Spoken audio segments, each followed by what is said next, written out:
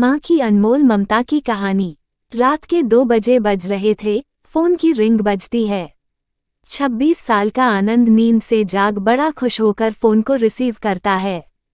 खुश इसलिए होता है क्योंकि उसकी नई नई गर्लफ्रेंड बिना टाइम देखे कभी भी उसको फोन कर देती है।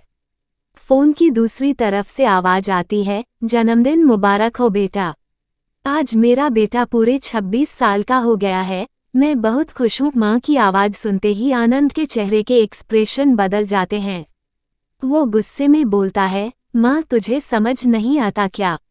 इतनी सी बात के लिए मेरी नींद खराब कर दी। ये बात तो तू मुझे सुबह भी बोल सकती थी।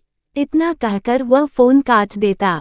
थोड़ी देर बाद फिर से फोन की रिंग बजती है। आनंद फिर से फोन उठाता है और इस बार फोन पर पापा होते हैं। आनंद इस बार आराम से बात करता है। थैंक यू पापा, आपने मुझे बर्थडे विश करने के लिए फ़ोन किया, वो भी इतनी रात को। पापा कहते हैं, नहीं बेटा, मैंने तुम्हें मुबारकबाद देने के लिए नहीं बल्कि ये बताने के लिए फ़ोन किया है कि तुम्हारी माँ बिल्कुल पागल है। वो इतनी पागल है कि पिछले 1 महीने से मुझे हर दिन तेरा बर्थडे याद दिलाते आ रही है। वो इतनी पागल है कि तू हमसे सैकड़ों किलोमीटर दूर है, फिर भी उसने यहाँ पर खुद अपने हाथों से तेरे लिए केक बनाया है। ऊपर से ये जिद कर बैठी है कि जब तक तुझे विश नहीं कर देती तब तक ना खुद खाना खाएगी ना मुझे खाने देगी। आनंद सब ध्यान से सुन रहा था और उसे ये महसूस भी हो रहा था कि उसने अपनी माँ को फॉर ग्रांटेड ले लिया था। वो बोला, नहीं पापा, माँ बिल्कुल पागल नहीं है।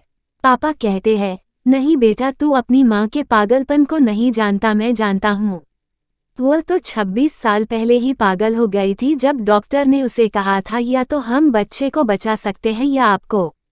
उसने बिना 1 सेकंड भी सोचे बच्चे को बचाने का फैसला ले लिया और मुझे भी कसम देखकर उस फॉर्म पर साइन करने के लिए मना लिया था जिस पर लिखा था उसकी जिंदगी इस ऑपरेशन से खतरे में और अगर उसे कुछ होता है तो उसके जिम्मेदार डॉक्टर नहीं होंगे।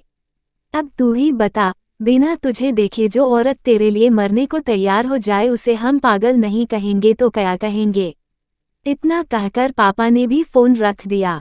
आनंद ने भी अब यह महसूस किया था कि वह जो कर रहा था वो भूल नहीं, गुनाह था।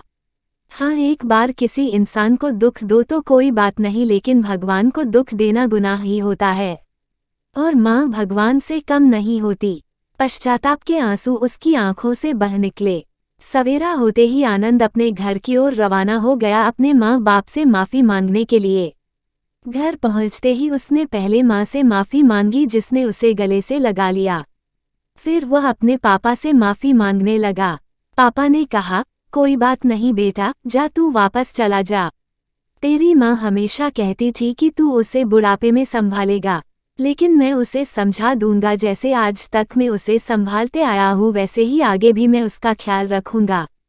उसे भी यह समझ लेना चाहिए जो बेटा उसके एक फ़ोन करने से परेशान हो जाए वह उसे उम्र भर क्या संभालेगा। बाप की ऐसी कड़वी बातें सुन आनंद की आंखें बहने लगी। वो सर झुकाए अपने बाप के सामने चुपचाप खड़ा रहा। अपने बेटे को परेशान देख माँ आगे आती है और पापा को कहती है, जाने दीजिए, माफ़ कर दीजिए, हमारा ही बेटा है। माँ की ममता का मोल ना कोई लगा पाया था ना कोई लगा पाएगा। 9 महीने प्रसव की पीड़ा सहन करके हमें नई जिंदगी, नई दुनिया में लाने वाले माँ ही हमारी हर गलती को माफ़ कर सकती है।